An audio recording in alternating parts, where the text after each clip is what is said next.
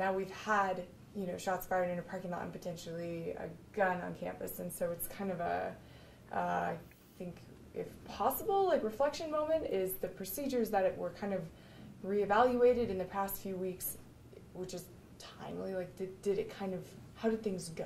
I think one of the important elements to focus on is that over the course of the last month, we've talked a great deal about if students see something, they need to say something. And the situation that occurred on Friday is a direct result of that. Students came forward with some information, and whenever we receive information, whether it be about criminal activity or potential threats, we'll investigate it thoroughly.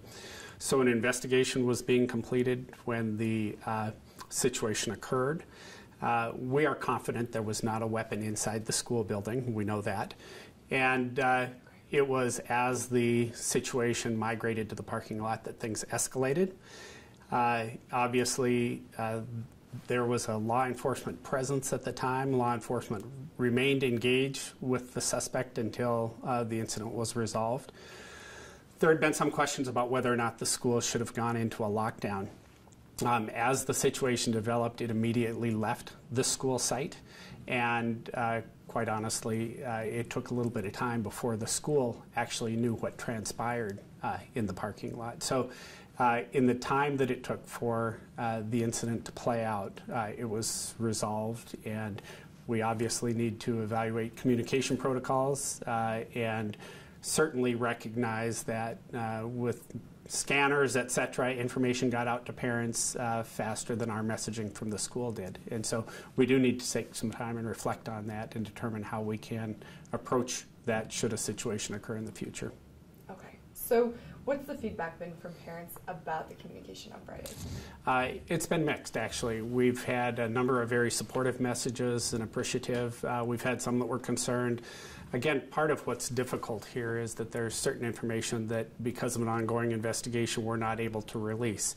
And I think that information would likely clarify for parents what transpired. But I would say with confidence, again, we did not ever have an active threat in Big Sky High School, and we were proceeding with an investigation according to procedure and protocol. And I'm confident that at that point, we as a school system tried to communicate the best information we could. Obviously, it had gotten out to the public via posts on social media and on media sites, and that presented a challenge for us. Okay. Did kids hear the shots? Actually, no one that I've spoken to inside the building actually heard the shots inside the building. There were some individuals that were outside that heard it. It's a little bit complicated for us at the Big Sky site, quite honestly, because we're across the street from the Veterans Cemetery, and they will often shoot salutes when they're engaged in burials.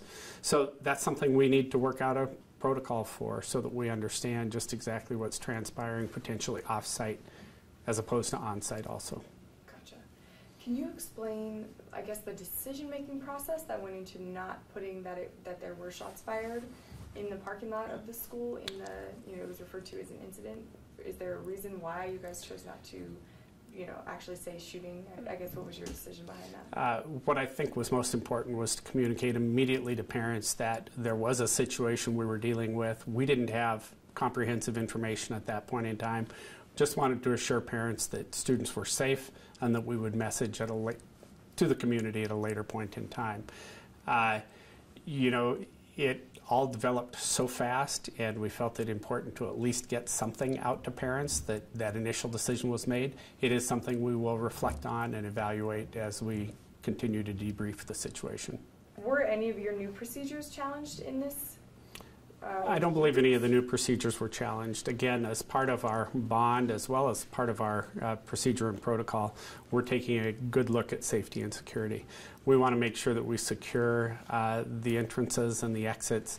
As part of our bond restructure, we'll create welcome centers and vestibules so that we can channel the public into our buildings appropriately.